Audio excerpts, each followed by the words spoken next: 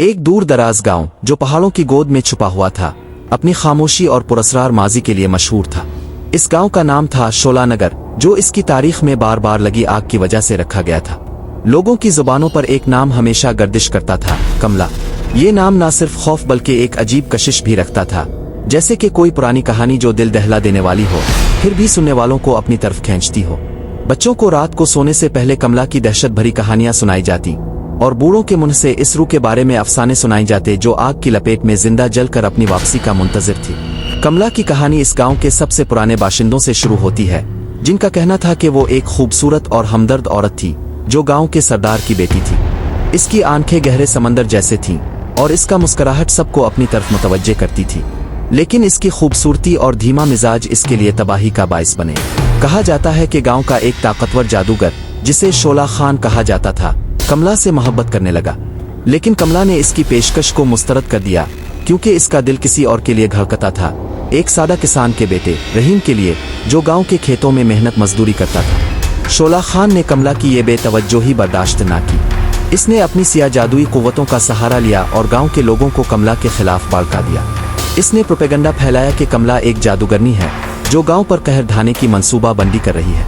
लोग जो अपने खौफ और तासुब में अंधे हो चुके थे, इस झूठ पर यकीन कर बैठे। एक रात जब चांदनी आसमान पर चमक रही थी, गांव वालों ने कमला को पकड़ लिया।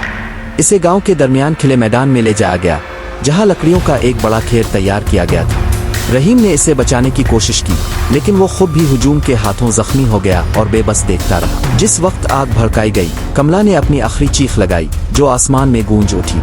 इसकी आवाज में दर्द, गम और बदला लेने की धमकी थी। आग ने इसे निगल लिया, लेकिन इसकी रूह इस जगह से आजाद ना हो सकी। लोगों का कहना था कि इस रात से हर तूफानी मौसम में जब बिजली चमकती और हवा तेज होती, कमला की शक्ल आग की लपेट में नमूदार होती और इसका नाम कमला हर तरफ दहक उठता।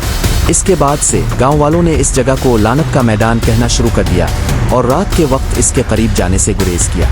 कई सदियों तक ये कहानी महज एक अफसाना समझी जाती रही, जब तक कि एक दिन एक नौजवान मुहिम जो आमिर इस गांव में ना पहुंचा। आमिर एक शौकीन मुहक्किक था जो पुरस्कार कहानियों और भूत परस्त जगहों की तलाश में हिंदुस्तान के दूर दराज इलाकों का सफर करता था।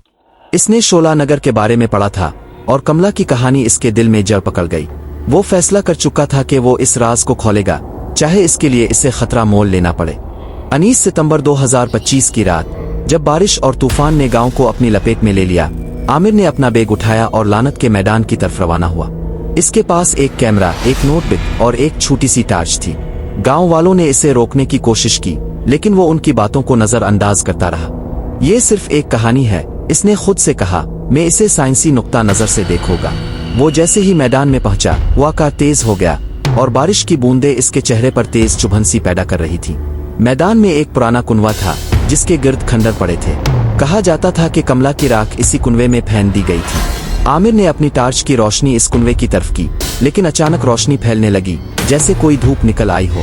इसने हैरत से अपनी आंखें मिलाई और फिर इसे देखा, एक अजीब सा धुआं जो आग की तरह भड़क रहा था। धुआं घुटने लगा और अचानक जमीन लरज उठी। आमिर पीछे हटने की कोशिश की, लेकिन इसके कदम जैसे कंकरियों में फंस गए। फिर आग की एक बड़ी लहर नमूदार हुई और इसके दरमियान से एक शक्ल उभरी। ये कमला थी। इसका चेहरा मसख हुआ, इसकी आंखें गहरी और खौफनाक थीं और इसका मुंह खुला हुआ था, जैसे वो एक दहला देने वाली चीख लगाने वाली हो। इसके गिर्द आग के शोले बुलंद हो रहे थे और इसके सामने कमला का लफ्ज दहक उठा, जैसे कोई निशानी हो। आमिर का दिल तेज धड़कने लगा।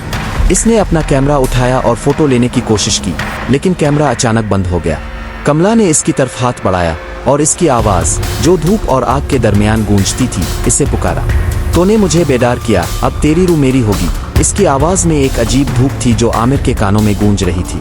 आमिर ने भागने की कोशिश की, लेकिन आग ने इसके गिर्द घेरा बनाया। वो जमीन पर गिर पड़ा और इसकी आंखों के सामने कमला की कहानी दोबारा घूमने लगी।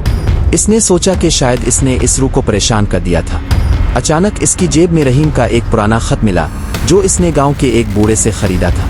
खत में लिखा था, अगर कमला को सुकून चाहिए तो इसे मुआफी मांगनी होगी। आमिर ने हिम्मत की और आग के दरमियान चीख कर कहा, कमला, मैं मुआफी मांगता हूँ। तेरे साथ जो हुआ वो गलत था। इसकी आवाज लरज रही थी, लेकिन इसने अपनी बात जारी रखी, मैं तेरे लिए इंसाफ मांगता हूँ।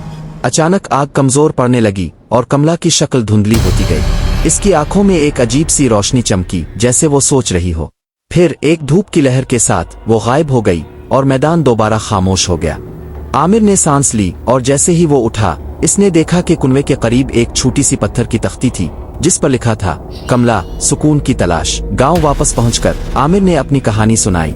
लोगों ने पहले तो इसे हंसी में अड़ाया, लेकिन जब अगले दिन कुनवे से वही तख्ती मिल गई, उनका यकीन बदल गया।